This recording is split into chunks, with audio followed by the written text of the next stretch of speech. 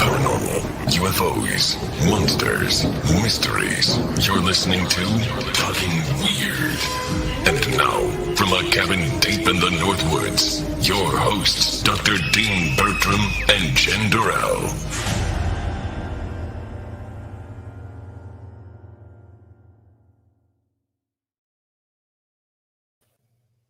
Well, hey, baby. Hey, baby. How is everything going in the great state of Missouri? It's going pretty good. It's rainy. Yeah, well, it doesn't feel it feels fall up here, and that we've had a little bit of cold spells up here in the North Woods, and the leaves are starting to fall. And obviously, we've got our pumpkins to celebrate or our jack-o'-lanterns to celebrate the spooky season. But it's hot tonight here. It feels like it's the middle of July. I'm up here in the loft of my cabin sweating. It's crazy. It's toasty here too. So yeah. Any spooky news for me at all? No spooky news. Huh. No. We went to Missouri Town Fall Fest today, which was fun. It's a nice little pioneer adventure. Oh, that's walk nice. down history. Yeah. Is it an actual historical location, or is it something built for tourists? Or it's just a land that they brought old homes from like 1850 that was in Missouri, and they kind of shipped them to this land, and people get to show up there and see what it's like, or would have been like back in 1850. So they're all dressed up in pioneer clothing and wagons, and and all the cooking and leather and all the fun stuff that they make there. So that'd be fun. Is there any like rumors that those houses are haunted? If they're older houses, or is people investigate there at all or anything? Crazy enough, there is activity in those homes. There you go. So it just came with it, I guess. Huh. Do they do investigations there? Is it open to people to go in and check it out? Or? I think they have one for Halloween, actually. So yeah. You ever investigated there? Or? Yes. Well, there you go. There is a spooky story there. We won't go too far down the rabbit hole of your story, though. That's something we should definitely talk about sometime within this fantastic month. But speaking about paranormal investigations, that's a nice segue into tonight's guest. They're a husband and wife couple, and the creative force behind Robot Ninja Media. The husband, an ex-professional snowboarder, was a director of photography for several years on the hit paranormal show Ghost Hunters, and has an impressive CV in the world of documentary film and television. His wife, who is also a nurse, has a passionate interest in the paranormal, which was triggered by a profound paranormal experience she had working at a nursing home regarding the unexpected loss of her father. She was cast on the TV show Ghost Hunters Academy, where she met, fell in love, and married the cameraman, who is now her husband. They've been married for 9 years. Together, they produced a 2020 paranormal documentary feature film, The House in Between. And we actually had John Bullard, one of the main subjects of that documentary, one of the main investigators. We've had him on twice now. He's a great guest, and that's a fantastic film. If anybody hasn't seen The House in Between, I definitely encourage them to check it out. I also encourage people to check out the film I'm about to mention now, which is tonight's guest's most recent film, 2021's chilling The Sleepless Unrest, which documented the couple's 2-week stay in and the investigation of the real-life Conjuring house. So without further ado, welcome Kendall and Vera Whelpton.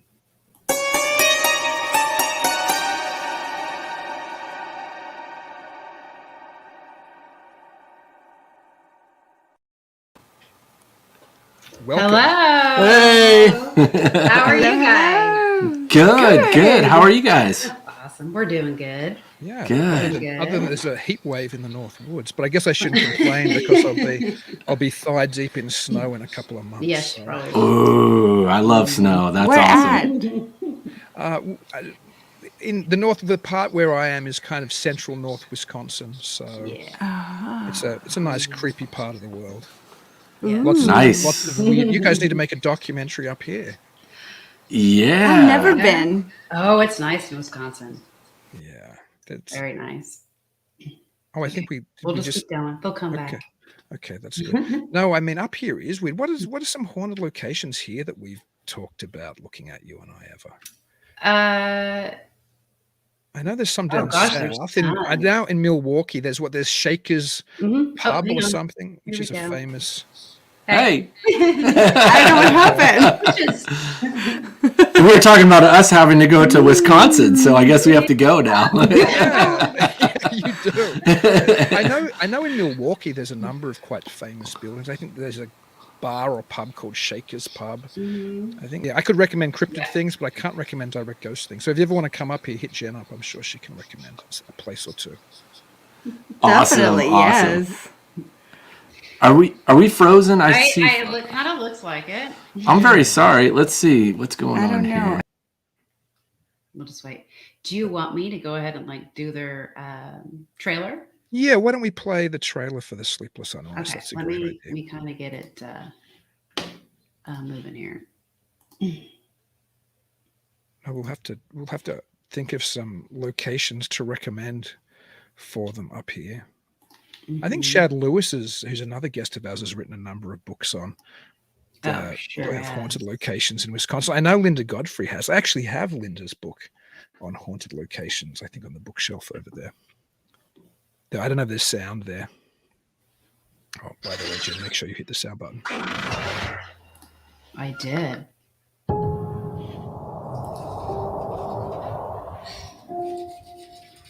Can you hear it?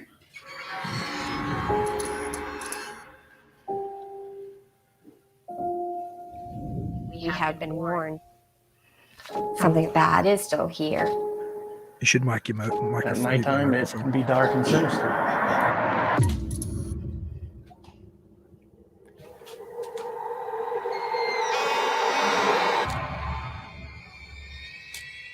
Did you pack for 2 weeks?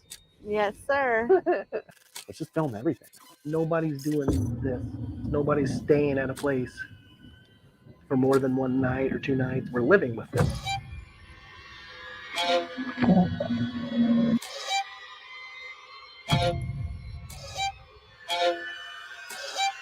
Holy. Careful what you ask for. Whoa. They will get your attention.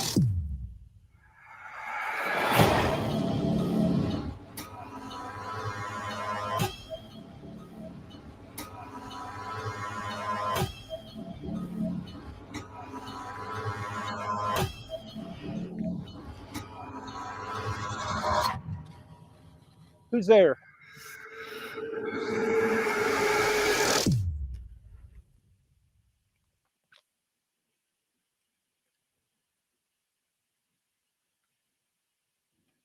That crawl space in the roof was particularly creepy. Oh, yeah. There were lots of creepy moments in that documentary, though. Okay. They are rebooting their system. It's fine. We can shadow. You never know. It could just be the spirits that follow. It could. Well, there you go. But we don't want to do too many spoilers for the movie. But maybe we can ask them if they were followed back by. Oh yeah, by anything. Sure. Hey Ed. Hey babies. It's what you would normally say instead of mates. Hey Ed, it's great to. Oh, I received your book. I just got it the other day from the post office. Ed. Ed's new book. What's the title of that book again, Jen? I'm terrible with titles. Be Still. Be Still and No. I remember. Yeah. I should have brought it up tonight so I could have flashed the screen with it. I'm looking forward to getting into that, Ed. Ed is a regular guest. He was speaking of the Conjuring house, which was the Warrens investigated. True. Right? So the Warrens investigated, Ed and Lorraine Warren investigated the Conjuring house. And Ed Schultz, who's been like a 4-time guest on our show now, he was an exorcist for Ed and Lorraine. Hi, Jenna. Warren. Hello, Jenna. Thank you for listening, watching. We appreciate it. So yeah, Ed was. I don't think he did work the Conjuring case, but he certainly worked other cases with the Warrens. And his new book, Be Still and No, just dropped. I think like last week on Amazon. So people should go and I did remember Ed. I apologize for forgetting from him, but Be Still and No, he's right. But what was we were talking about? We were talking about things following you home. You had things follow you home from investigations, baby? I'm sure I have. But I don't. But have you experienced something after you've been somewhere and thought it followed you back? Sure, but I don't interact with it. Can you give me some examples? I don't know. Just weird things happen. You know me. I mean, stuff happens to me all the time. I just ignore it. I mean, it's got to be something pretty legit. So. Okay, here we go. We're back. Hey. Oh my gosh. That was just strange and odd. The whole laptop just froze up here, so I apologize. Jen suggested maybe it was something that's followed you back from one of your investigations. So. She's like, nope. I don't want to do any spoilers for the movie, which we'll get into in a minute, actually. But they've dropped out again. There you go. So now you have to regale the audience with one of your experiences, Jen. One of my experiences. Yeah, of something haunted taking you back, or following you back, rather. With me, it's just feeling it, really. I'm trying to think, like, wait a minute, here we go. Is he working on it? It just keeps saying there's an error with the website. Yeah, it just goes, oh gosh. Oh. We can blame StreamYard then. There it is. So like the browser, maybe? Oh, did you recommend using Google Chrome? No, I didn't. But yeah, you better. They may already know that. They wouldn't know that. You got to tell every guest. But you would think, they probably don't use StreamYard before. That's something to tell them though, as soon as they come back on, to use, or message them now on Facebook in case they're if they're following, because I know you're messaging them. If you can hear this, Vera and Kendall, it could be that you're not using Google Chrome. I know when I've tried to use other browsers. And Google Chrome is not my favorite browser to use, but with StreamYard, it's the only browser that actually holds up. So we'll have to make sure that we go over the hour, since we haven't really. We'll definitely go over the hour as long as they can. Time to talk. But just send them a message to say use Google Chrome. I'm trying, since you don't want to give a story, I'm trying to think if I can give any stories. Well, I mean, okay, they are so. Okay, well, if they were using Google Chrome, I can't recommend anything else. Eek. That was the extent of my tech savviness, which isn't very deep or strong, but use the Chrome for the StreamYard. Well, I mean, I could always talk about I get, what do you call them? Hitchhikers, or just people. Yeah, that's what I wanted you to talk about before. Randomly show up. Yeah. Okay. Can you tell us a story about that? Sorry, I can't think and text at the same time. Well, that's why I was going to tell a story, and you said, no, I'm going to tell one. So I was going to let you take care of it and entertain. Well, I mean, I think I still have the clip of it. And now that I've had it, I kind of wonder if, well, wait a minute, the K2 was going off at the same time, so I can't really say that. But my flashlight was working, answering questions yes or no, and I was asking them. And tell the audience. I have footage of it. Tell the audience how the flashlight thing works, because when you first told me, I didn't understand what you meant until I got you to describe the actual details of it. Right. Well, there's a little conspiracy about that too, because a lot of investigators don't believe it's legit. Because I mean, you literally have to have it loose enough to where they can, turn it. But if you have it too loose, you can get like a false positive. I mean, they can just turn it on its own kind of thing. So that's what you do. So you have a flashlight loose, so it is easy for the spirits to turn it on or off. Yes, and then you ask them questions. So, for example, what kind of question would you ask them if you thought there was a spirit in your house? Well, usually a typical one is somebody else here besides me. You're kind of like, I feel you. Gotcha. And mostly it's like, where are you from? Because obviously you're not from my house, because I don't.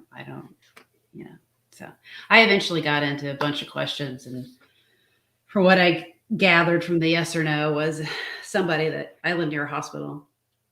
So it was someone that had just popped in.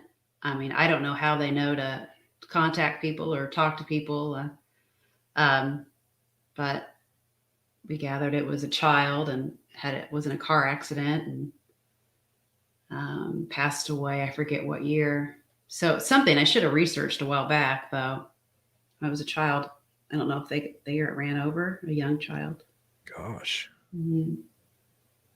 I would hope that a young child will go straight to heaven and wouldn't be trawling through neighborhoods in Missouri. Yeah. Unless, of course, it wasn't really a child. There you go. Mm-hmm. Hey. I don't know. I don't know what's going on. I switched it over from Wi-Fi to the landline, so we'll see. See what's going.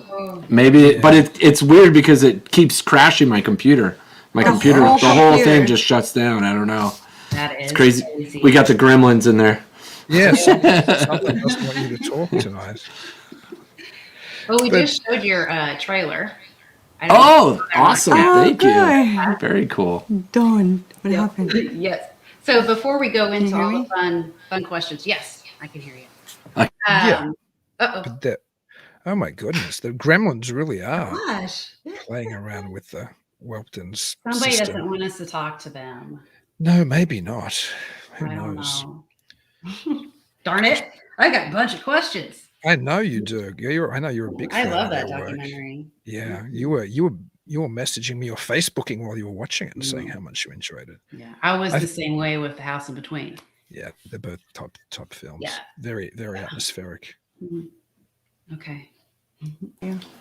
Just give me one of yours. Test. Yeah. Okay. Oh my gosh, okay. Like Chrome just cut out there. Oh no. Well, these things. We'll take a photo. There we go. Let's go for it. Yeah. I'm very sorry. That's good. Listen, it's not your fault if there's some kind of system malfunction. Gosh. Gremlin.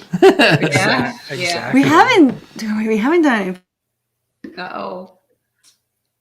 Oh my goodness. It's freezing. Yeah, it gives them a few, like a minute, and then it I don't know what that is. Gosh darn. Well, I'm sorry to our audience that it clearly isn't the Whelpton's fault, though. Sometimes, as wonderful as the technology is that we're all used to, it can be loaded with all kinds of flaws and problems as well. Yeah. I'm trying to think if I can tell any. What else it could be any quick spooky stories while we're waiting. I know when you were here one time, you said you thought there was another presence standing in the room. Mm-hmm. That creeps me out a little bit when I'm here by myself. I'm sorry. You're not really sorry. Well, I think it's there. You don't know it. So yeah. Well, it's like the H.P. Lovecraft story From Beyond, or the Stuart Gordon adaptation of that into a film where there's things floating around us all the time, and perhaps we just can't see them. I certainly believe in the reality of a spiritual world, or the reality of alternative, things which bump into our existence sometimes. And even when I put my more skeptical hat on, who knows what we're projecting and what happens with our thought forms, tulpas and the like. Yeah. All of these things. Your mental status can manifest its own little entity too if it wants. So. Well, that's the thing. That's where I think it becomes difficult sometimes to try to. And when we were talking to Connor last week, actually, we talked about that a little bit. We were talking about how do you know that some of these things, when you're using things like the Estes method, that you're not actually just somehow psychically communicating with the other members of your team, and you're picking up things from them, or it's difficult. It's difficult to tell, because all of this is something nobody can be an expert in. I mean, you can be an expert to the extent that you can have more knowledge about the data out there, like you might know about more cases, so you can try to make an educated guess on what something might or might not be. But when it comes to theorizing, I think we're probably being conceited if we say we know what the answer. Nobody knows. There's not what do you call it? Not professional. Of course, they're probably professional investigators or whatever, but they're not. They don't actually know the answers. So that's why they're investigators. Yeah, there's nothing you can put forward to prove your theory. Even if you were right, how would you prove it? Like, say, I always joke with you, half joke, that this is all demonic. Like it's all of it might be, from the dark side, right? Certainly spiritual phenomenon. But even if I'm right, how do I prove that to somebody who doesn't share my belief system? Like you said, belief is the enemy. So yes, John Keel said it, but I stole it. It's true. That's right. Yes, Keel said it. It becomes problematic, and it especially becomes problematic Well, I was going to say, I shouldn't say that. It's problematic for anybody. It's as problematic for a scientist as it is for a Bigfoot believer or a UFO believer, because all of these people, as I guess the progenitor of John Keel in many ways, Charles Fort, said that science is a mutilated octopus, and it's this idea that when its tentacles reach too far, it gets they cut them off because you're not prepared to look at things outside of your realm of comfort or your scientific paradigm or your belief system or whatever you talk about. And there were certainly some questions that I had for. Hopefully, we'll still be able to talk to the Whelptons about it regarding. Yeah, maybe he's just rebooting the whole thing. Oh, I'm sure. I mean, it's one of those things that isn't like. Yeah, he's updating. Yeah, it isn't like old, analog technology. It's digital technology just seems to be loaded with gremlins dancing around, perhaps on motherboards and circuits and down Ethernets. Aren't you meant to have they talk about Ethernets? Aren't we meant to have astral bodies and ethereal bodies? Isn't there some distinction between the two? Yeah, I've heard something like that.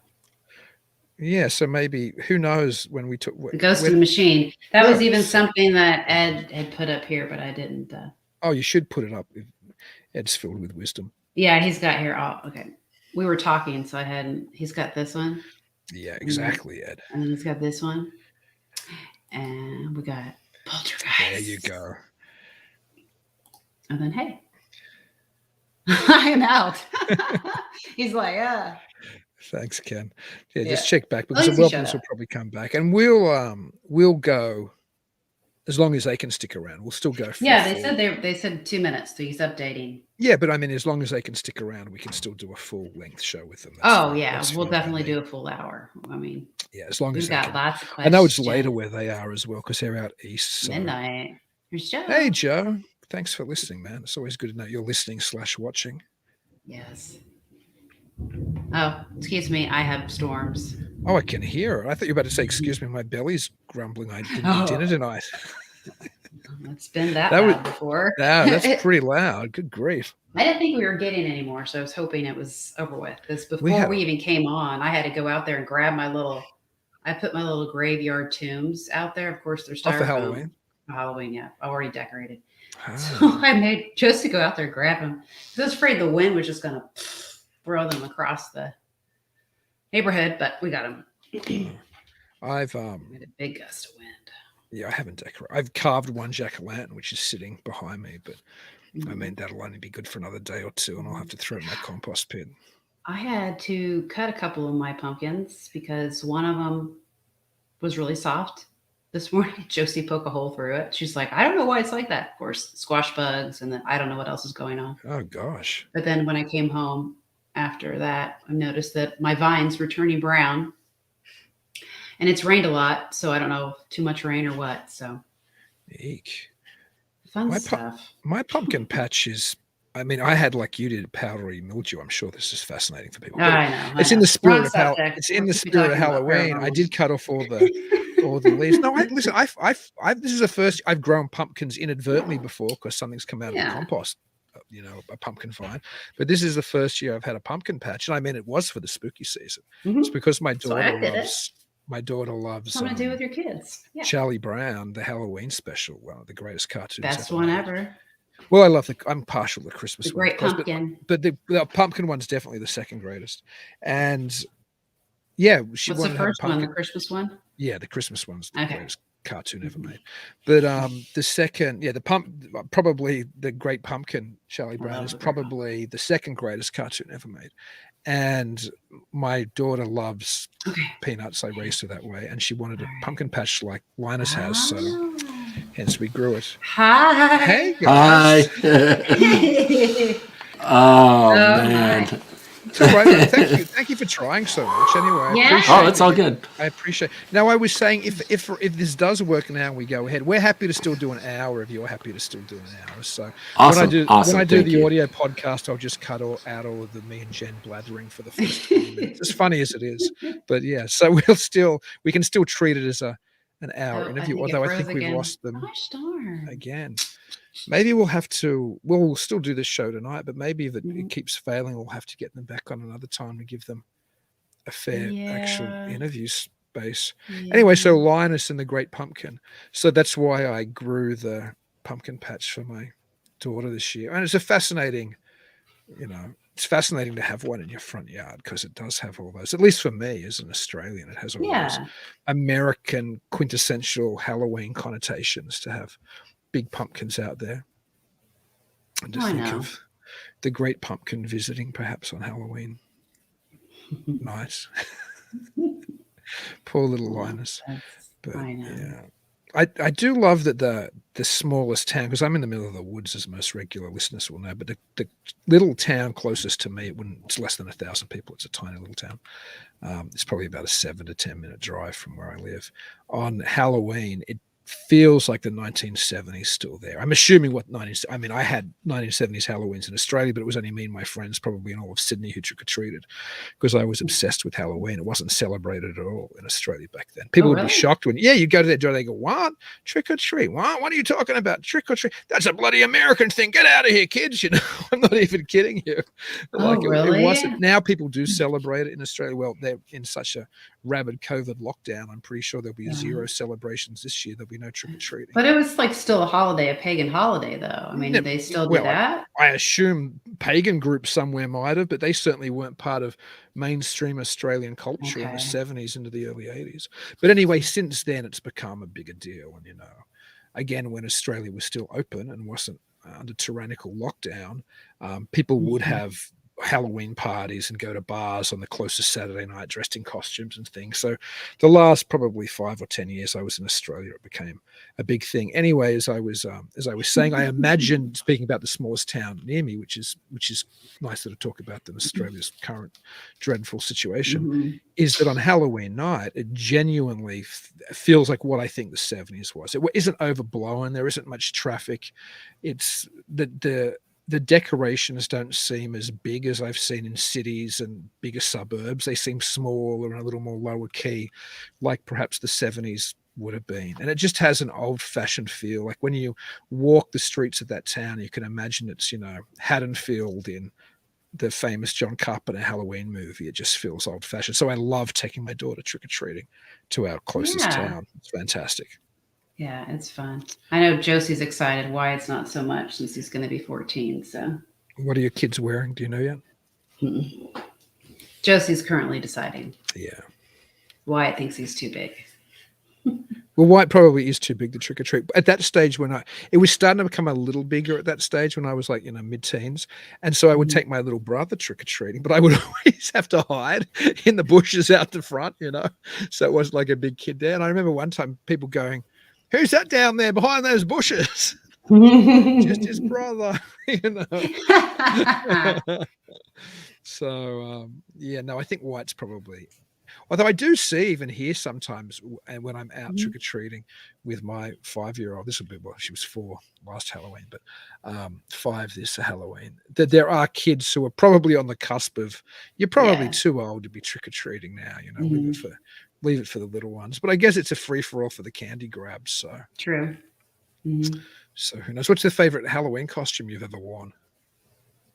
My Moulin Rouge sateen outfit. Yes. That would have been my favorite costume you ever wore as well, maybe, if I'd seen it.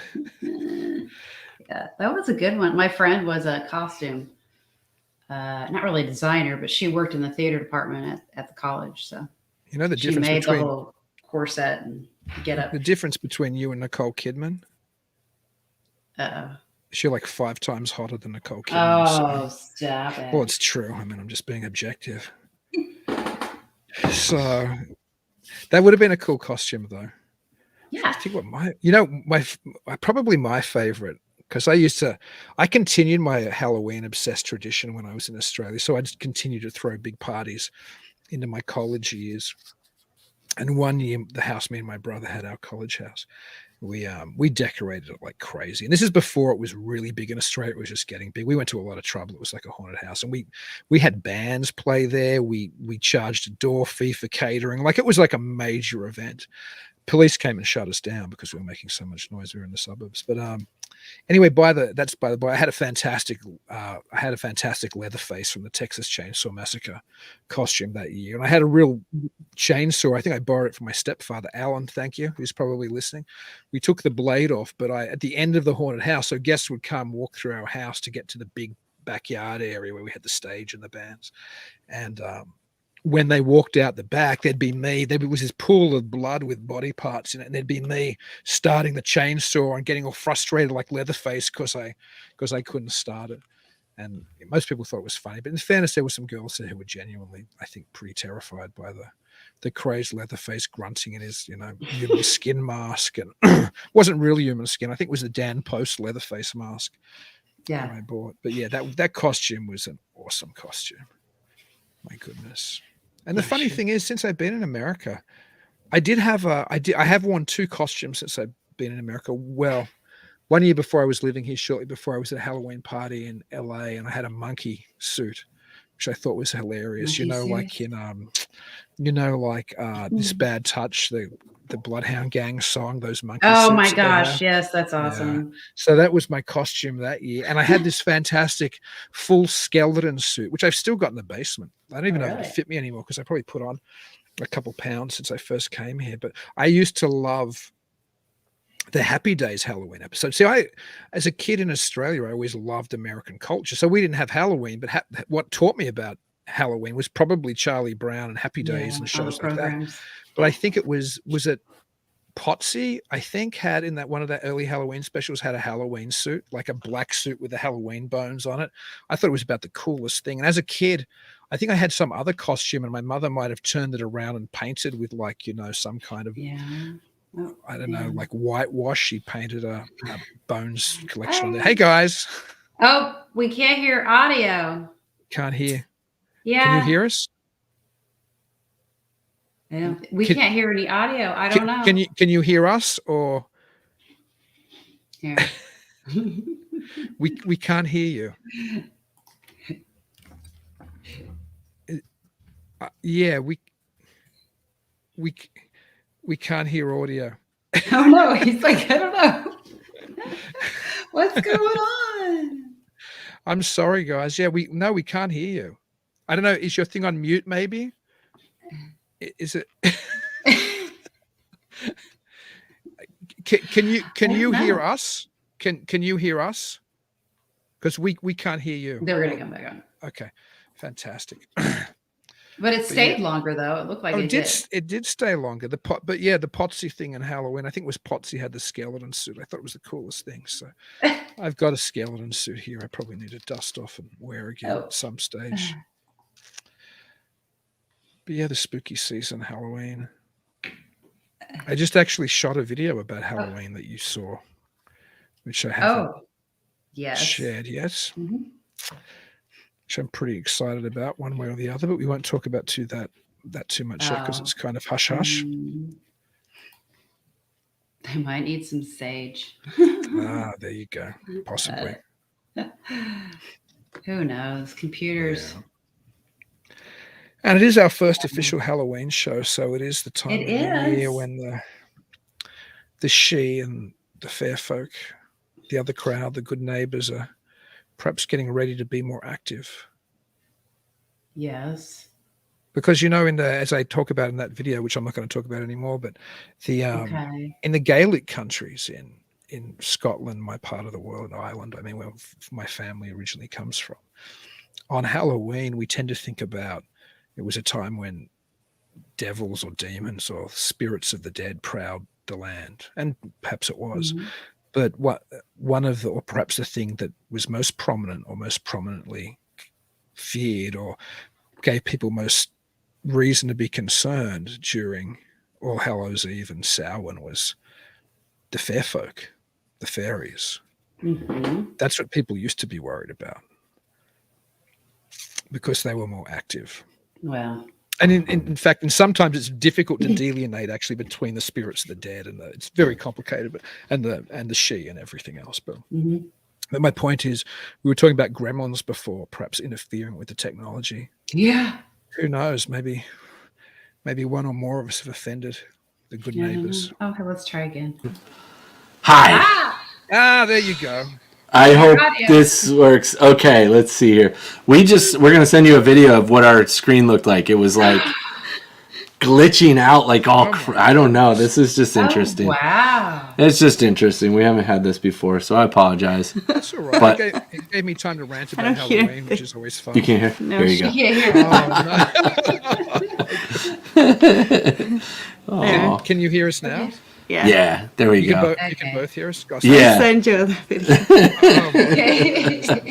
What do you guys have planned for Halloween before we go into more serious aspects of the chat? Yeah. Well, our kids love to dress up, of course. Yeah. And there's a huge thing in the neighborhood. Everybody goes out, and that's pretty much it. It's pretty basic, but a lot of fun with the kids. Oh, the audio just muted for some reason. Yeah, your audio just muted. I'm not sure if you bumped it or. Yeah, it says muted on there. Oh, and then it froze. And we no. lost them again. She sent me the video. Well, are you going to wear well, if you can feed it in, you can play it for the audience. But while you do that, maybe I'll just do one of my world famous rant monologues about something. I go on Facebook. I could probably talk for the next hour. But you mean you could probably share that? Yeah, I don't know if I want us to share it or not. I'm not sure. But what are you wearing this year? Have you picked out a costume? Because I know often you actually wear a costume when you go trick or treating with your kids. My mom found a Renaissance dress. So the last 3 years, I just wear it and some wig, and then I just kind of do the downtown trick or treats with the kids. But now they're getting bigger. I don't know. Josie said something about being a witch, so I might dress up as a witch with her. I had a message from. This is so weird. I can hear him. You can hear them, but you can't see them. Oh my gosh. This is crazy. This is I don't know what to say. I don't know what to say. No, that's I don't think they care if I share that. It's actually kind of funny. Well, maybe they wanted you to share. It might be where they sent it through. I don't know. I'm not Just sure. got to prove that they are having problems for sure, because you can really see it. You have a supportive mother and stepfather. I don't know. Moving to the office computer. I don't know what I can hear it. I'm not. Say, like, this is crazy. What's happening? Yeah. This is really weird. I'm gonna cut this. Okay, I'm gonna go back to look. StreamYard is doing that too. Okay, here. Yeah. I wonder if something wasn't interfering with the stream. Yeah, it's not bad. I don't think it's. Who knows? Anyway, you know that you have a supportive mother and stepfather when you get a Facebook message mid-show who my parents are watching and probably go, poor Dean, he's struggling with something to say. And she said, Dean, have you told your audience before about what the handyman told you? I don't know if I have. We had a psychic handyman when I was a child. And it's not that my father wasn't handy. This is before my mother remarried, and I think my father was still there. But he was always busy. He was busy with a number of businesses, and he was involved in the Navy Reserve at a rather high level. He was a lieutenant commander, I believe, in the reserve. So he wasn't there often to do a lot of the handyman work, even though he would have been capable of it, my late father. But so we had a handyman who did a lot of stuff. And he was also a psychic or a sensitive. And he told me when I was little, my mother was there and I was there, that there was somebody buried under our house. Which isn't what you want to hear when you're like, I don't know. Not really. 8 years old or something, I probably would have been.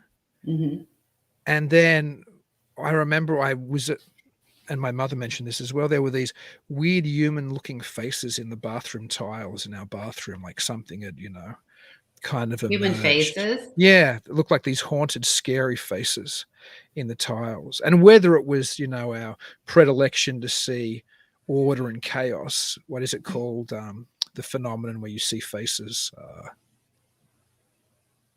What is it? You're talking about pareidolia? Yeah, but pareidolia. That's Pareidolia. Yeah. So there were what looked like faces, a number of faces in the bathroom tiles. And as a child, after hearing that story, I always used to think that's the spirit of buried beneath the house. Mm-hmm. I used to hear things in that house as well. I don't have a lot of psychic experiences. I have a few, but when I was little, I used to hear things in that house. Walking around that shouldn't have been there, moving around when nobody else was at home. Yeah. So who knows? Well, Maybe there was you something. experienced some things. Yeah. Here, let me. Oh, you've loaded it up to share it? Yeah. Let's see if it does. It's actually quite interesting. I don't know. Can we not hear it though? Oh, well, you know what? That would be good if I would hit my volume button. Yeah, don't forget to mute your microphone as well, because for some reason it always leaks through your speakers. Yeah, but it doesn't want to do it either. But here you can at least see it. Gosh. Oh, there I can kind of hear. This is crazy. This is I don't know what to say. I don't know what to say. What's happening? Oh my goodness. I can see what they were filming now. It's crazy. Goodness gracious. Goodness Definitely gracious. big glitch. Okay. And it's an Apple too. It's a Mac Pro. That's a good piece of equipment there. Yeah. Hey, there we go. Hi. Oh, it still says you're muted. Is there a mute button you can push on there? It shows on that little. There should be a mute button below. On the stream. Yeah. Okay. Yeah. Yeah. We can hear you now. We just shared your video that you sent through. Oh my god. I was watching. That's so weird. If it doesn't hear, that's it. I'm going to bed. I know it. It's crazy. No, if you drop out again, we can definitely just have you on at another time. Thank you so much for trying again and again to connect with us, though. We appreciate it. It does keep wanting to turn the audio off for some reason, though. Yeah. 2, 3, 1, 2, 3. Yeah, there we go. Yeah, we can hear you now. It's on everything's through the computer here, so I apologize, but there's a gremlin pressing your mute button again and again. It's fine now. I don't know. This is weird. Yeah. Goodness gracious. Oh, that's weird that we just did that. I swear that was like a whole deja vu for me. That's odd. We don't hear you guys. Can you hear me? Oh, yeah, we can hear you. Here, try that. There you go. Can you both hear us now? Okay. There you go. Can you hear me? Okay. Yes. We can hear you. Definitely. Do you guys often get so far away? I know. Oh no. Do you guys often get like these kind of problems when you do interviews? I'm wondering. Never. I'm like the technician, and I'm pretty on it. Over there? Yeah. No, I know you've got to shoot everything before we go on. Yeah. I don't know. That's why I'm in shock. Because it's like, what's happening? Well. That's what I thought. Maybe you were always something was interfering with you always, and they were like literally haunted by the show gremlins. Anyway, we should, since it seems to be rolling now, which is great. We should get into talking a little bit about the sleeping unrest. But I think you had a few questions before we rolled into the film, Jen, that you wanted to ask. Oh, I mean, like before we get into all the good stuff, I was just kind of curious about, did you already have like paranormal activity in your life before you got into the whole investigation or joined Ghost Hunters as well? You both were part of that. We have had a ton of experiences. I mean, growing up and then later on as a young adult, and oh my gosh, so many. I mean, that's why I started getting into it, really, because of the strange things that happened to me that I couldn't explain. I think the same goes for you. Yeah. When I was 18, I moved out of my house into the mountains in Colorado. I lived in an apartment at the time, and my roommate and I moved into a little room in this house, apartment style. But we quickly found out that it wasn't a house. Actually, it was an old hospital. And we were renting a room in an old hospital that had been converted over.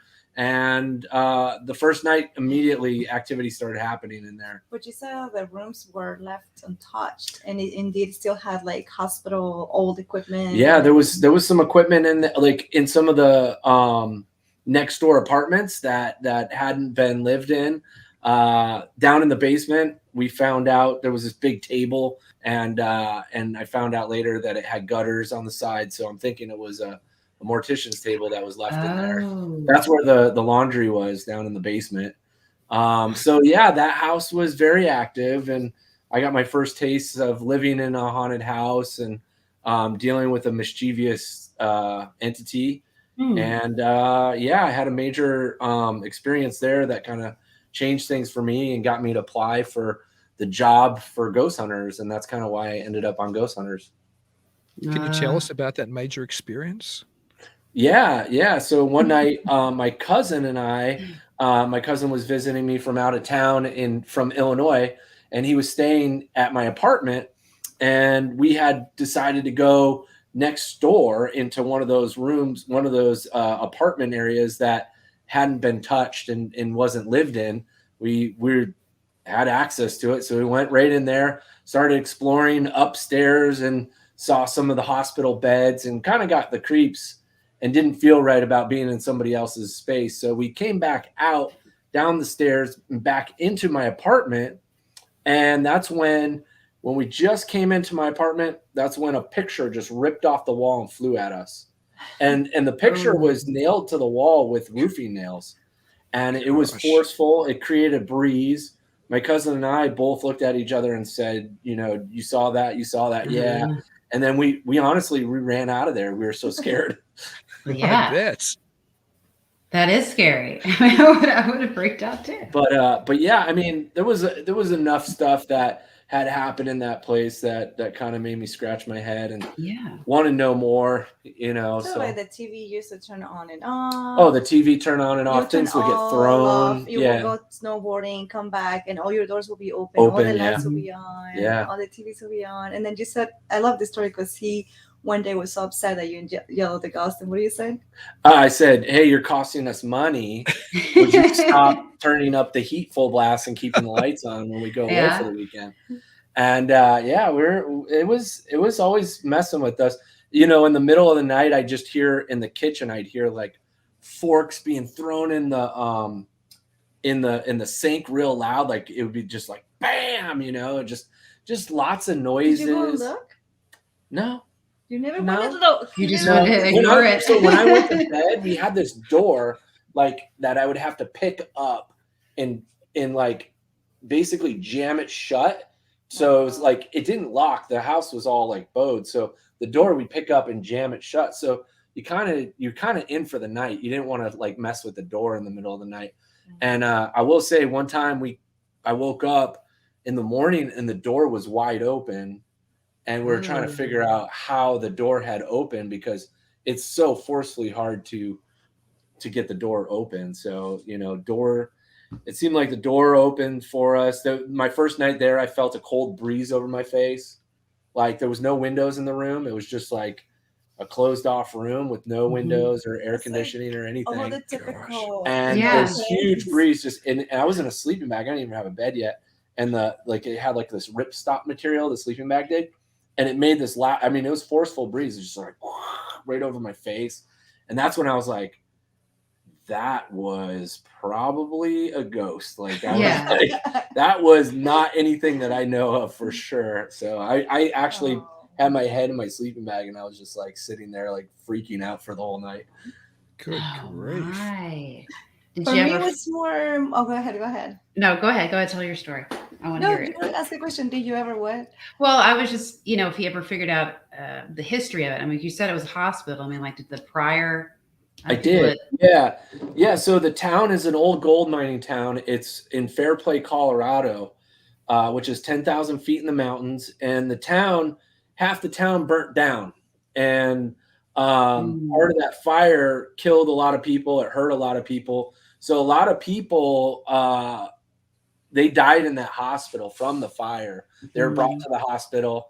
And then a lot of gold mining accidents in the area. So a lot of people were in and out of that hospital quite a bit. Didn't you say the town also is based on South Park? Oh yeah, it's in South Park County, which was that's where they got the idea. Of South Park. There's actually in the beginning of the cartoon, you see like Alma, which is the next town over, still in South Park County. It's Fairplay and Alma, and you see actual buildings from that town that those guys had drawn in. So yeah, I mean, I lived in the real version of South Park. Oh wow. And they believe in UFOs over there too. That was another thing that got me into the ghosts, like paranormal and UFO, otherworldly, because I worked at a really cool place. I worked at a snowboard factory, and there was a lot of guys there that they were locals, and there was some guys that lived in some old houses, and then they had lived there for a while, and we would get talking about my place, the old hospital, and some of the paranormal activity that happened there. But then we'd always end up going from that conversation to some of the UFO sightings that they had seen out there, and some of their experiences with lights in the sky and just some strange stuff. Yeah, there's a lot of strange stuff going on out there. It's cool.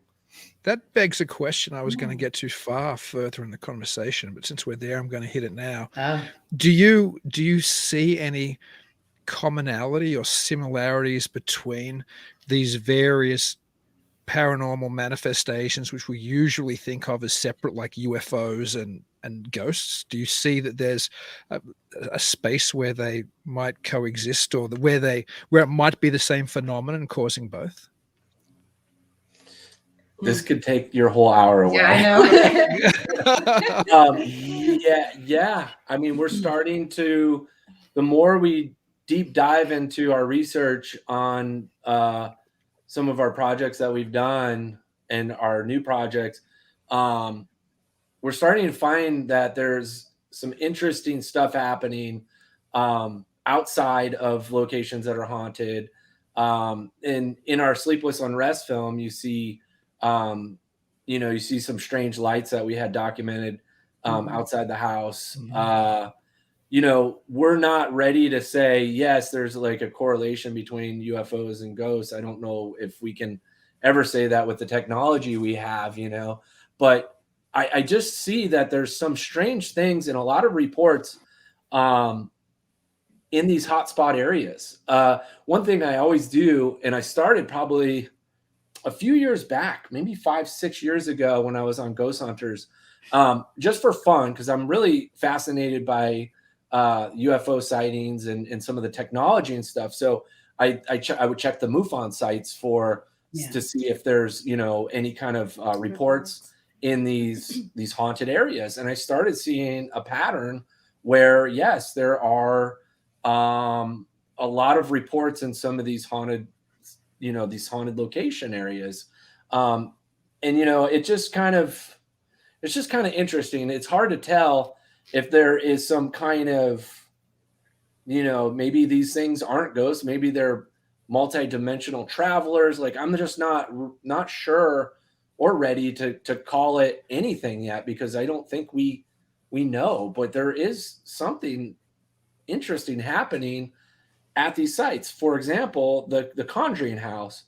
One of the claims and one of the reasons why I took that EMCCD camera out there is because some investigators saw lights shooting out of the house and into the tree line and lights around the house. And I think that's just odd. Like, that's not a normal claim that you kind of hear. So we took the EMCCD camera out there to try to document the lights coming in and out of the house and around the area. And that's kind of when we started hearing the noises from the backyard. We turned the camera on, and the rest was history in the film. But yeah, I mean, it's just interesting that we're getting lights, we're getting the house in between. Alice's story is very interesting. She had a very profound experience with some very technical lights, and not ghostly, but very profound technical lights. And I just find that very interesting. So, And to get back to the Sleepless Unrest quickly, although I'm happy to talk about The House in Between because it's such a great film as well. Yes, it is. But when you were talking about the experiences you had in the woods, that throws another paranormal or Fortean phenomenon into the mix as well, of course, which is Bigfoot. And when you were, I was watching, Jen and I were watching it separately, but around the same time, and we were communicating back and forth a little. And Jen said, I know the first question you're going to want to ask them, and that's about the tree knocking. She didn't even say, but I knew what she meant. I'm like, yeah, the tree knocking about Sasquatch, right? Like, did that occur to you when you were there? You're like, this is standard supposed Bigfoot activity. We had no idea. We've never been Bigfoot enthusiasts. No, really. We never. We had no idea until I used to kind of scoff at it a little bit. Yeah. Like, Bigfoot. I didn't, but I just never really thought about it. I thought it was actually cool. Like if they really do discover, how cool would that be? But I never spent any time into what it really is thinking or about what it, is it. Like until after we heard somebody actually were like, oh, Bigfoot, and we're like, what? So we started doing research, and we were like, whoa, blown away. Yeah. We had no idea. Now, was those tree knocks that we heard Bigfoot? I don't know. I didn't see anything, but I did hear foot stomps. I heard loud foot stomps kind of first off. And then, we actually, they're fascinating. I think that's where we kind of got, it was like, let's try it. Let's knock on the tree and try it. When you hear the raw audio with, the beats, and you really, really all the way up and you listen, it's like the vibration is just like, boom. Oh, wow. It's We're really, like, what is that? And really it's so far away. Yeah. There's no way we could have done anything with the audio to bring it on the film. There was no way we talked with the sound. There's no way. I mean, I wouldn't mind sending that actually to a few people so they can actually just hear themselves because it's so amazing. It's like right there. We have no idea. And the interesting thing too is that like you would hear it like right here, and then all of a sudden you'd hear it over here. It would travel. So like the knock I'm talking or about. The knock would you'd hear a knock from over here, and then you'd come from over here. So it's just, and then the EMCCD camera, we had that set up so it corroborated what we're kind of hearing. We're getting hits on that, and those are photon events. So that's that's interesting in itself. So you're having the audible sounds and interaction, and then you're having these light anomalies happening. It was just a really cool event to be a part of and capture and I bet experience. I mean, there's an interesting alternative intellectual tradition amongst paranormal researchers. And there's people like John Keel, who probably first popularized it in the 60s going into the 70s. But Patrick Harper's book, Demonic Reality, talks about it specifically. And more recently, Joshua Kuchin's 2020 books, which he did with Timothy Renner, Where the Footprints End, Volume 1 and Volume 2. And we had Joshua on about a month ago or so. He makes the very interesting point in his Where the Footprints End books that a lot of Bigfoot phenomenon really is very similar to poltergeist or traditional ghostly phenomenon. Like people often, if they hear a wood knock, like if you were out there as a Sasquatch team, you wouldn't have for a second thought that was something paranormal. You would have said, it's a Squatches communicating with us. So a lot of these things can become bound to the belief system, I think, of the investigator looking at it. That's why it's great to hear you guys going, well, maybe we're open now to seeing that there's this UFO connection maybe, and there's this weird Bigfoot connection, because the more you look at the different phenomena, it seems to be, or the different phenomena, it seems that it might be, at least to me, a larger phenomenon that just manifests itself in these different ways. Rock throwing is another fascinating thing, as I'm sure you guys are aware of. There's a lot of poltergeist cases where rocks are thrown on roofs and things. Of course, if a Bigfoot investigator is out in the woods and a rock gets thrown at them, they straight away go, well, it's the Squatches throwing rocks at us. They don't have to see a Squatch. They just have to get the rock thrown at them. So there's those fascinating parallel aspects of all of these, which I'm that's what interests me most in the broader kind of field, I think. I find it I'm right there with you. I find it very fascinating. I Vera and I have changed our, like you said, we have changed our mentality towards towards paranormal these days. I mean, what if these places are hot spots or hotbeds or energies? You know, the land is some kind of energy that is allowing this kind of activity, is bringing as a catalyst. It's bringing these Bigfoot or UFO sightings, these lights, these interactive entities. You know, maybe it's just like a magnet for some of this stuff. There's something in the woods there and the Conjuring house. Yeah. I wish we could have gone deeper and the night, but it was quite terrifying. The sound. Yeah, I bet. And the feelings like that. Oh my goodness. It was so intense. I mean, the house wore, I mean, we got wore out. It was like, exhausting. It really was like, it all happened the very last night too. Yeah. And we always thinking, was it waiting? Because he knew it was the last night. Could get us more. Maybe. Exhausted. Maybe. Could have. Saving the best for last. It was quite intense. And then when we went back to do the camping event. Yeah, the camping event was interesting too. This is off the film, off the, you know, we didn't do any kind of media with this. We went back and just camped. We actually brought back the nail that we took. We brought that back. And we wanted it out of our house. We brought it out. We took it out of our house. Yeah. And so, yeah, we went back and camped in the backyard, kind of right in the spot that we had those experiences. And yeah, totally. Satori and Cody are hosting it in their museum, their haunted museum. Oh, the nail. The nail, yes. The nail. They're hosting the nail. Yeah. Yeah. But the Conjuring, like the Conjuring campout we did, we went back and did an investigation there and focused on the woods and such. For a little bit, it was more towards the end. Everybody was very interested in the house. Nobody really was paying attention to outside, and other than their cars were out there, and they would just go back and forth to grab things from the car. But then at some point, everybody was kind of out, and we were just letting people just test the EMC City camera and just kind of check it out, and nothing was happening. Nothing. And we were like, well, that's good because at least we can compare. Yeah, the EMCCD, we weren't getting any hits like we had before. Yeah. So it was good. I mean, it'd be nice to have activity, but then, it's good that that the camera is working, that it's not, just the same, just an environmental element or something. So but then I just felt, I don't know, I just felt like to look in one certain spot in the woods, and I don't know, I see this light with my physical eyes, just glowing light, and just went, and I'm just like, somebody's in the woods and he's trying to see. I was like, what's going on? And then I'm like, and I Jen hides and she's like, I see that, I don't know. But she didn't make a big deal because they're so used to it, everything going on in the house. So then I was like, Kendall, you gotta come watch this. I don't know what this is. And he's looking, and he's like, let's go over there, let's get the AMC camera. We're all going. We got as close as we can. Because it was just really. It was at the edge of the woods. Like there's a trail. There's a lot of poison ivy around and like thick brush. So we made it to a spot where you couldn't possibly go any further. And it actually became kind of wet and kind of like a hole. And there was a pond. So we couldn't even go. This light kept glowing.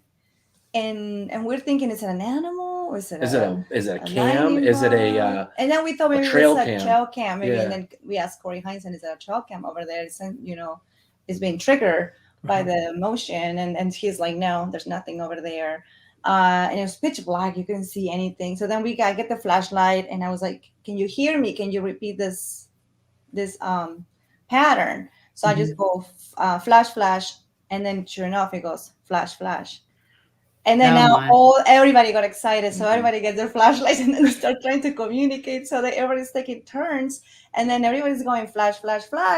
And then it will go flash. Going back and forth. And we're just like, it was fascinating. I'm like, okay, is this like the trail cams triggering? Is it like seeing the lights and then it's flat, like doing something?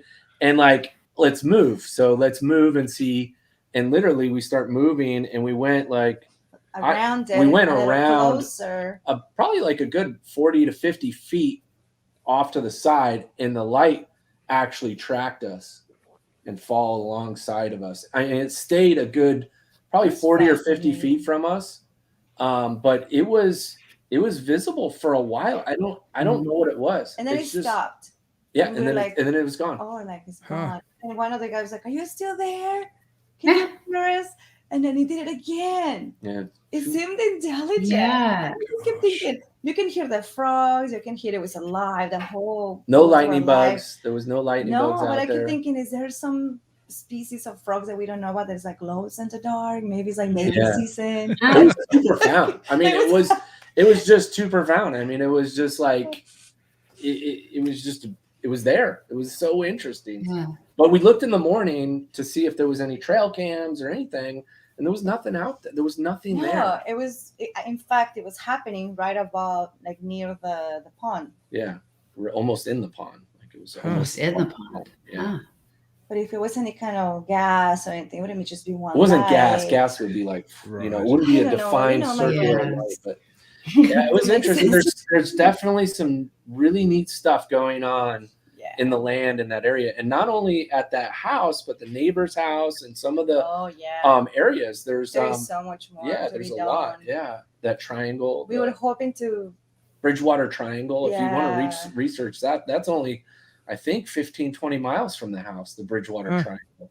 Bridgewater Triangle. There's all kinds of sightings and stuff happening there. I'll have to look that up. So. There's so much to that didn't make the film. So much that we couldn't tie into the story and the flow, and then we're hoping one day to be able to do a director's cut and just show, like evidence, things that happened that we couldn't add into the film, but they're pretty awesome. I mean, we experienced a lot in that house. There was a lot going on. It's funny because Ken and Corey kept calling it the Disneyland of paranormal, and that's what it feels like. That house is intense. It really is.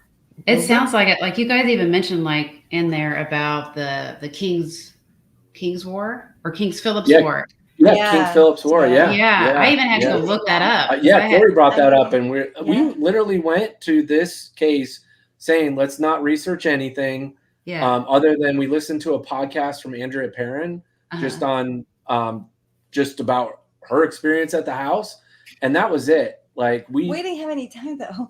We got called, and it was that we packed the car and left. We literally jumped in the car and filmed everything, and that was really neat. I've never gone into a case not knowing, obviously about the Conjuring story and some of the stuff that happens there, but we didn't know everything at all. Like I hadn't watched any shows from there. It was really tempting to add that in the film, the research and the background and how the movie just took off, everything pop culture. But at the same time, it's like we really wanted to experience that raw, like just no influence, no nothing. You've been over 500 locations. You always get like the story, the tour, the everything. You spend a long time in those locations by yourself, and this time you really went deep. Yes. Into the well. Yes. I was so surprised by that too when I saw that. I was like, oh my gosh, he's actually doing that. It was one of those things where I'm claustrophobic, and I was like, you kind of scare yourself. Like I don't know. I get a kick out of scaring myself, pushing my own limits. I guess it probably comes from snowboarding or something. Yeah. But yeah, I mean, I felt compelled to that well. Like she'll tell you, like I was obsessed with the downstairs well room. It was just so weird. I don't know what it was. It was the same kind of feeling of when we left the Conjuring house, that we felt like we had to go back. It was like, I just feel like we got to go back. I don't know what it is. You just feel like this connection. Definitely don't feel it anymore. Time's passed, and that's one of the claims. Actually, it was very interesting. People become very attached. To the property, and it's really weird. We would watch like a live, and someone would be at the house, and then they'd be in the room that we stayed. And Vera's like, what are they doing in our bed? What are they doing in our room? Like invasion of like your space. It was so weird. I'm like, that's my house. It's like I don't know about any other location. It was really weird. But there's something to be said about staying in a location for a long period of time. And I really think that we did a good job in kind of guinea pigged ourselves to kind of see what that's like. Cause you know, I just the amount of exposure and the length of time, you know, and the experiences, it's just a whole different, a different game, I think, for us. I really do feel for people that live in haunted houses. I really do. And the ones that don't know, the ones that stay and keep going, that they get so used to it, they think it's normal, although it's nothing normal.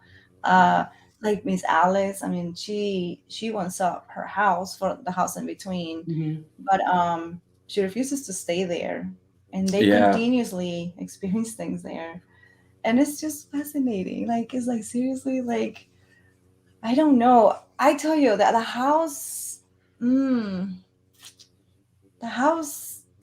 messes with you. Yeah. With your mind. It really does. It has it's tricky. So do you think, like, after a while, like, maybe the house just kind of becomes its own entity? I don't know the house, something there. I don't know what it is, but it does. I think it does take a toll on people. It feels intelligent. Feels like it feels like it's watching you and judging you and messing with you. It feels like it's like almost like, I don't know. I just, it's definitely something to it. There's something, it's just different than the places that I've been. And I can't put my finger on it. I've never been. I just don't know. Before. I don't know. It's got a weird side to it, you know, like a nice, it feels nice, but like, what does Rochelle say? Rochelle she says it great. Really good. I mean, it's like a good, you when you know somebody, and when you meet someone and you're like, oh, I like you, you're nice, but there's something about you that I'm like, my distance, because I don't know. Yeah. Kind of like that's how it feels. And it's weird because there was days and nights and nothing would happen. It's just nothing. Yeah. And in fact, we investigated a ton where nothing would happen. Nothing would get triggered. No responses, no EVPs. Sounds that were weird. Like we had, oh my gosh, like we had this whole session in the living room, what they call the seance room. And out of nowhere, we felt the whole house rumble. Shake. And it started with this huge, imagine somebody being underneath and just hitting the floor right underneath my feet, just boom.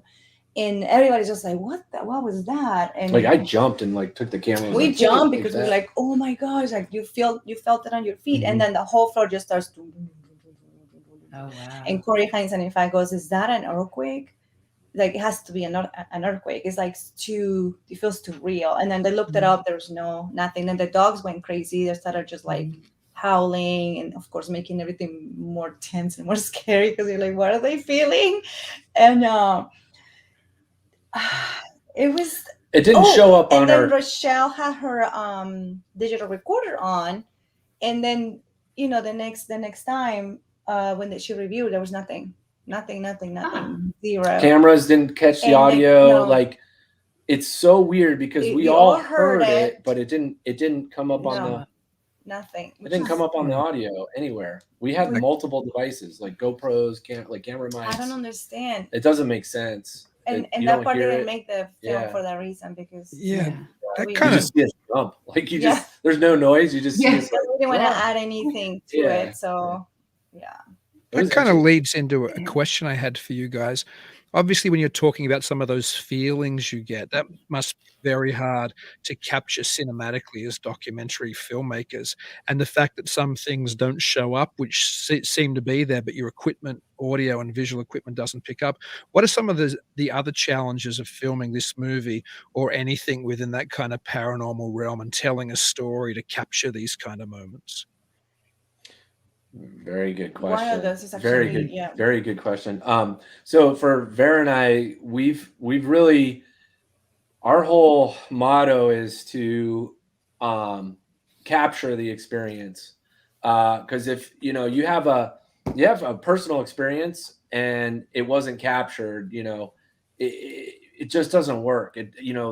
Telling that on camera, doing a recreation, we're not, unless it's some major event that happened a while ago, we're not even gonna touch it. Like, and there was things that happened in the filming of Sleepless that were personal experiences, and it just didn't show up. It didn't show up on the film, and we couldn't use it.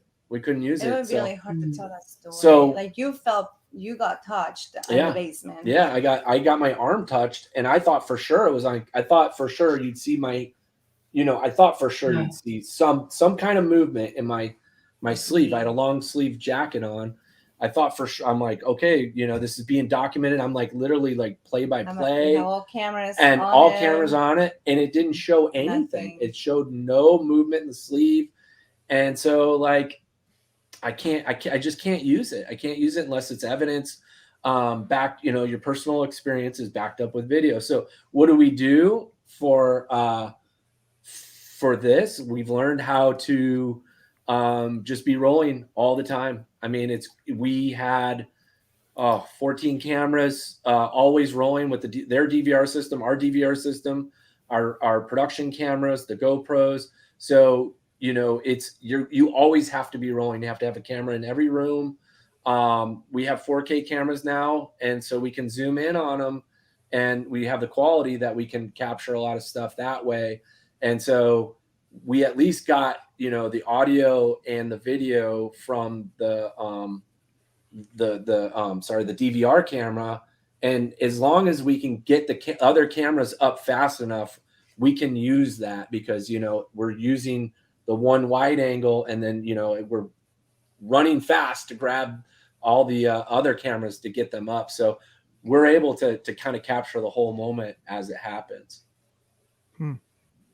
Yeah, I can only imagine how much of a challenge it is to make anything in this realm, and how much and I didn't see any of it in either of your films, but how much pressure there must be on filmmakers and television show producers to say, well, nothing happened, so we'll kick a can or insert a sound effect or pretend something happened. So that pressure's got to be overwhelming, though, right? As somebody, it's actually not, because we have the ability, because we're the filmmaker. We're in charge of the story. We're in charge of telling the story. We're in charge of the edit. We're in charge of the filming.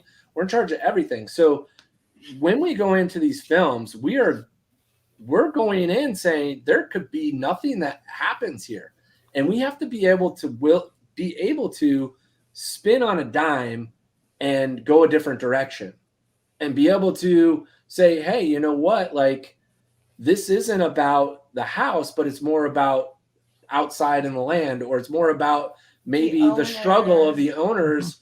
There's always a story. There's always a story in there, and as long as you have the ability to be able to pivot, that's going to be okay for us. Now, TV and like some of these docuseries that have created their own formats and live and die by them, you have to stay within your format. You don't have the time, you don't have the the resources to be able to just go on a wild goose chase and keep the filming going for a couple more months. You just can't do that. So, I've been lucky enough that the shows that I've worked on, they're very credible, and, there's no funny business going on, but, there's so many shows out there, and you really have to be able to trust who you're watching. It's just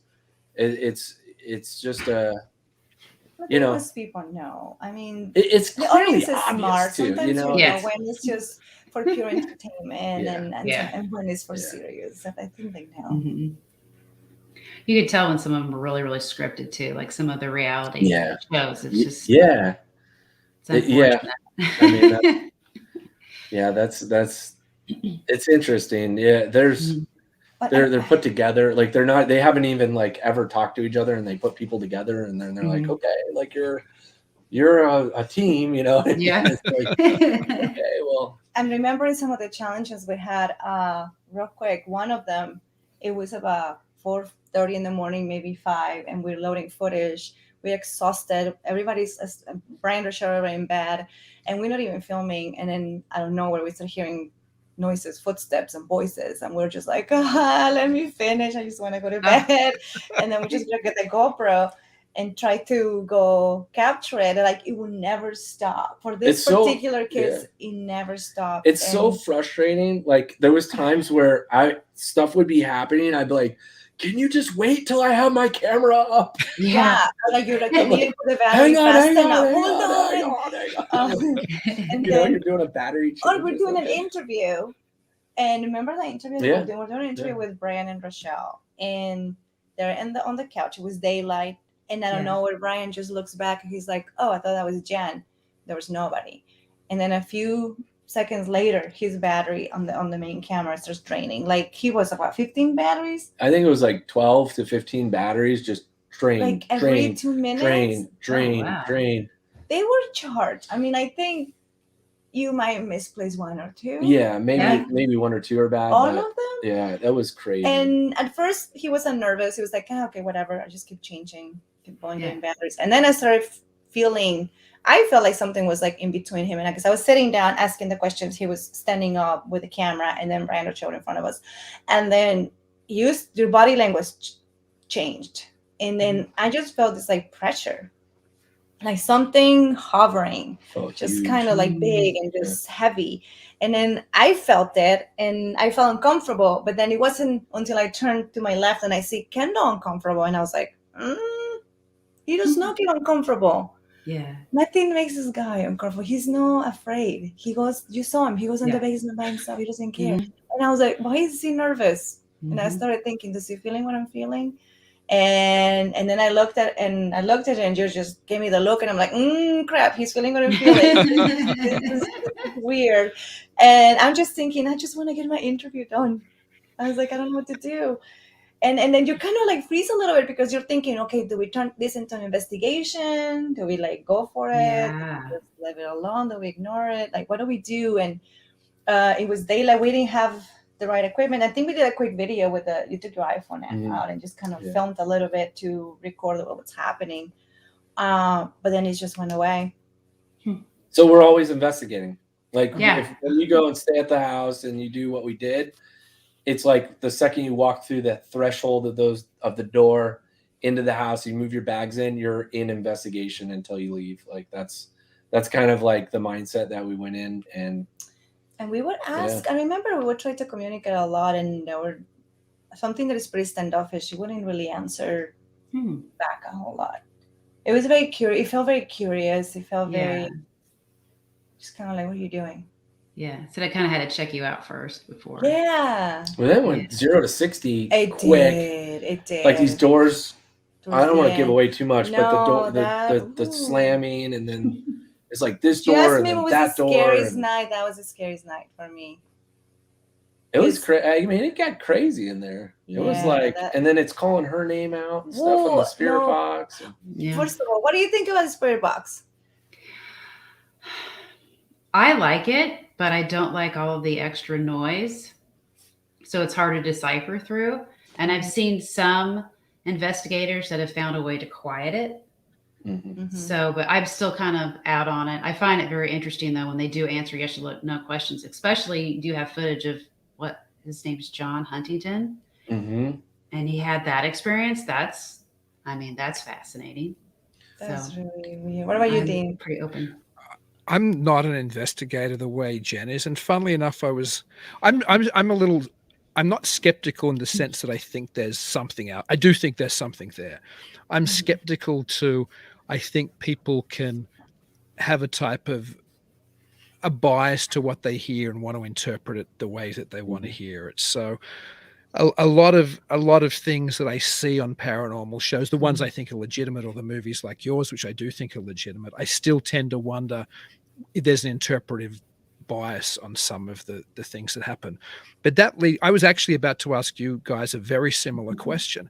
So as both documentarians and investigators, what are the techniques and the technologies that you find particularly useful at the moment? And do you see any trends going forward in this field? Do you see changes in the way that people are carrying out investigations? You're asking a lot of great questions. Yeah, great question. Yeah. Thank you.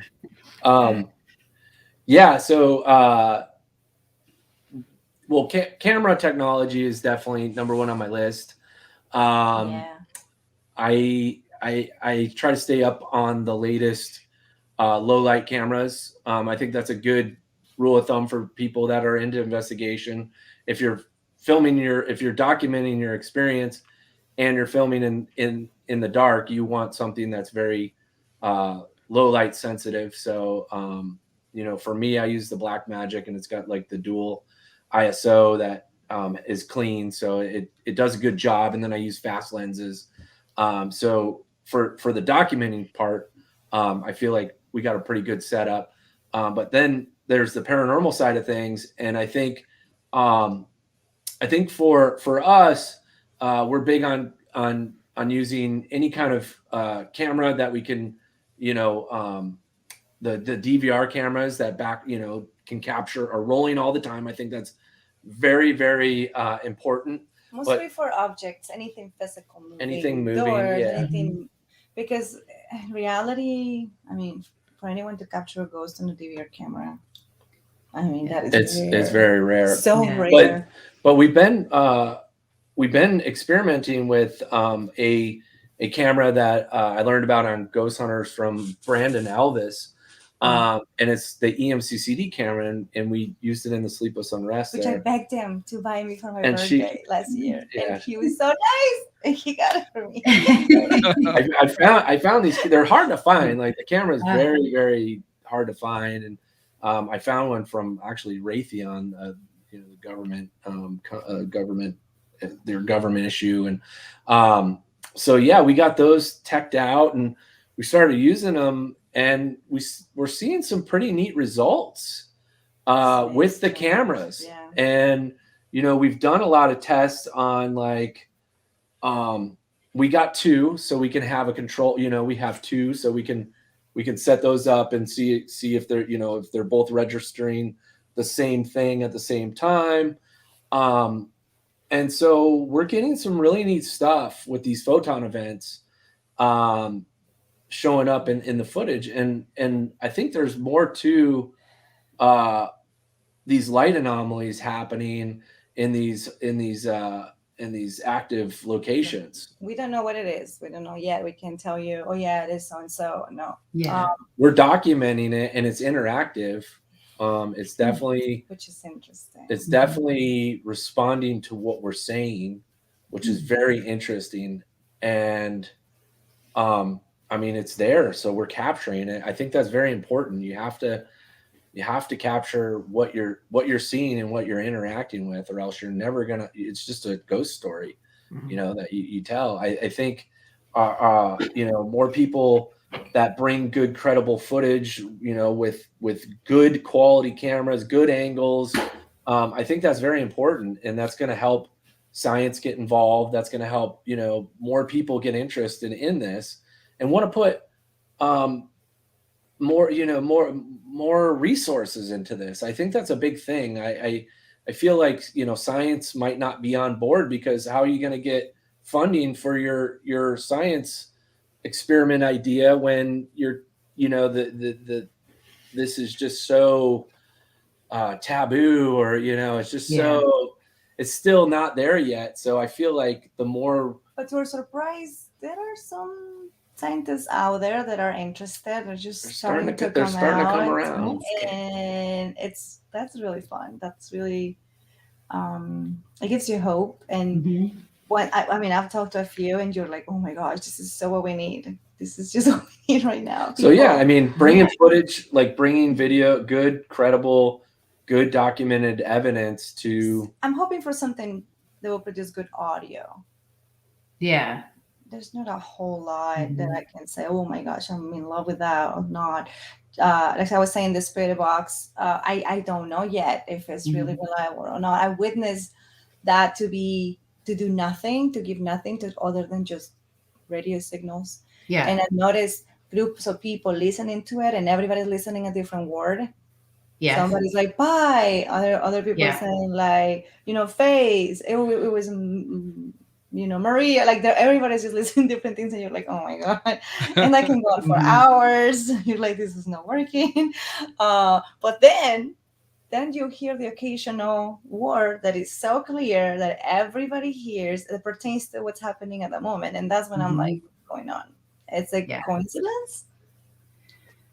There's a moment in your film that captures that very well, when the gentleman's out looking for going towards the graveyard, and he asks what direction to go, and it says very clearly left, like it says left, and that's a very specific question with a very specific answer. And And that was really weird. Yeah, John was directed to that graveyard by the spirit box. I mean, he has he's got a interesting connection with that, and I don't know what to make out of that. Yeah, but we did notice that sometimes he will be very active with him, and other times if he was really tired, I remember nothing would happen. It was really strange.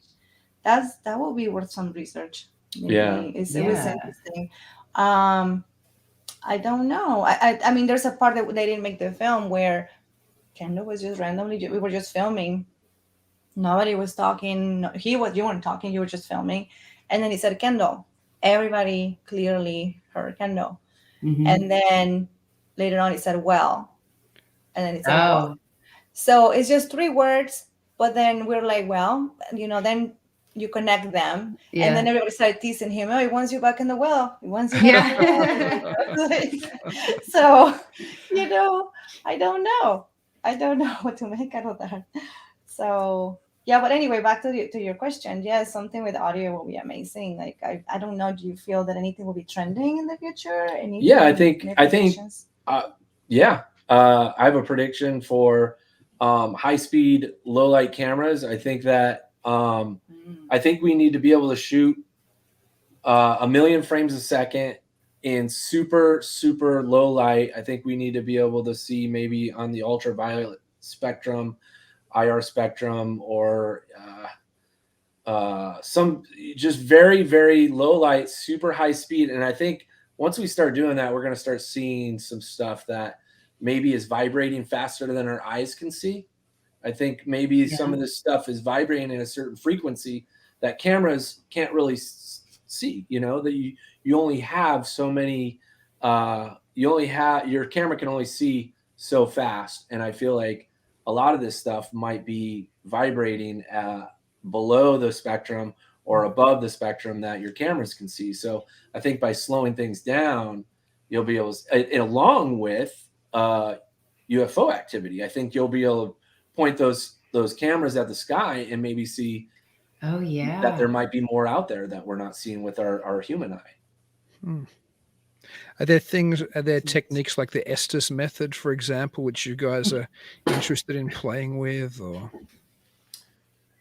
I tried it a couple times. I don't like it. We tried it once. I wasn't. Yeah.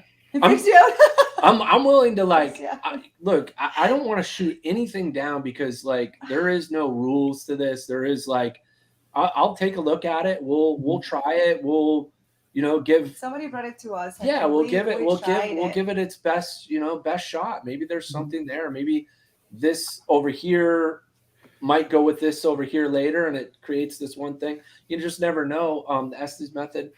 I don't know. I didn't like it. Kind of made my brain you didn't like doing it yourself. But when I was on the other side of the experiment, somebody else was over there covered and deprived, and then I started saying the words, and I was far away enough to hear those words were actually answers to what we were talking about. So that's when it was a little strange.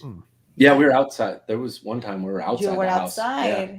We were on walkies. This is we're something else. A different case. Different case. We tried it where Vera was in the house. I was outside on the walkie, so there's no audio contamination whatsoever, and we were we're going back and forth, and she was picking up on some stuff.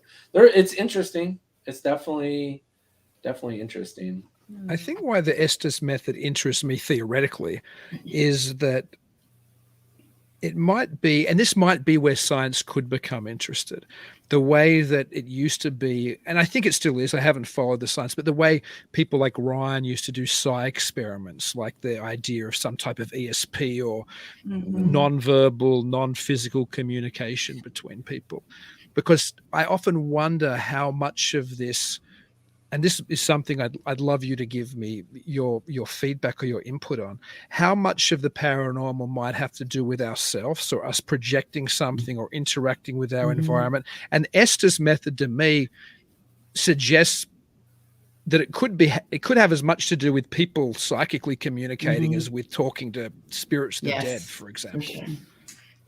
That's a very good point, because we've talked about that. we have. Yeah, there's something to it. I think there's people that they come into the house and the house is more active when they're around.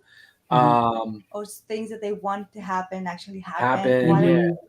Yeah. There's something to it, and it might be as simple as like the what is it? The mindset of manifestation. Like you think about something in your life that you want to happen, and you focus on that, and then it becomes a reality. I mean, maybe our subconscious is wanting the door to open so bad that it actually does. It might take a few, but it eventually does. There could be something to that. I mean, we are focused when we're going in as filmmakers and investigators. We want that ball to move. We're trying to document that. All of us are collectively thinking about that. Maybe there's something in that power. Maybe something's picking up on that from the other side. That's like, oh, you want the ball moved? Hang on, I'll help you out. I don't know. Like it could be that. I mean, that's a very good. I think that's a very good hypothesis about paranormal activity. I think there's something there, especially poltergeist. I mean, if you think about it, poltergeist is kind of that. So. Yeah, I'd like to see more focus of whether science will ever get involved or not. It's another question. At least as a broader paradigm level. Certainly, there were people like Thomas Ryan and even Jung suggested the idea that there was an exteriorization sometimes of our unconscious or subconscious to the exterior world. But to me, that should be the natural entry point for science to look at this. But whether they ever will or not, I'm not so sure. Anyway, I've hogged a lot of this, Jen. I know you had a bunch of questions for the Whelptons as well. We kind of went through all of it. Oh my goodness. Really? I mean, the only thing that I could think of is when we were talking about like the property and all the crazy activity. I do know of a place down the Ozarks, and I think it's called Crystal Camp Mine or something like that. They have the same thing, but the only thing that's different is that it's a crystal mine. So it's nothing, the ground is nothing but quartz. So people go there with buckets and they get to dig as much as they want, but there's activity. Like they've caught levitation of rocks. Like really? Where is it? Go up. It's in Arkansas. I can't think of the name of it right now, but I know it's like Camp Crystal Mine or something like that. Okay. They have the wood knocks and the lights. Yeah. And orbs. They call it orbs. They do have some things on a YouTube channel, but I saw them at a paranormal convention here in Kansas City. So they have the same kind of activity. That's really interesting because in our research of limestone from the house in between, we did a lot of research on limestone, and I found that quartz crystals can hold data. They're able to hold information within quartz crystal. So just that in itself, you kind of start thinking outside the box, futuristically. Maybe there's these huge embedded, these rocks that are just holding tons of information or energy, or they're expelling.